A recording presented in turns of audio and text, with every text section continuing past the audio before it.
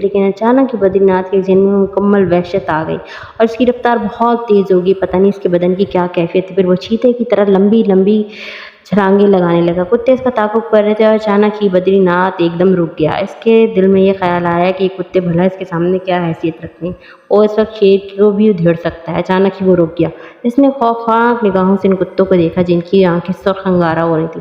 जबड़े फूले हुए थे, अपनी रफ्तार में वो तेज़ छलांगे मारते हुए बद्रीनाथ के ऊपर से निकल गए। आगे जाकर उन्होंने अपने आप को संभाला और बद्रीनाथ खुद इन पर टूट पड़ा। इसने कुत्ते को अपने बदन के नीचे दबोच लिया, इसकी दोनों टांगें पकड़कर कमर पर घुटना रखा और उसके बाद इसकी कमर तोड़कर रख दी। रीढ़ की हड्डी, बाजू, गर्दन। दूसरे कुत्ते ये अमल देख रहे थे। फिर बद्रीनाथ ने एक और कुत्ते पर छलांग लगाई। इसने पलटकर भागने की कोशिश की तो उसकी दोनों टांगें पकड़कर बद्रीनाथ के हाथों में आ गई और फिर उसने कुत्ते को उल्टा लटकाया और इसके गर्म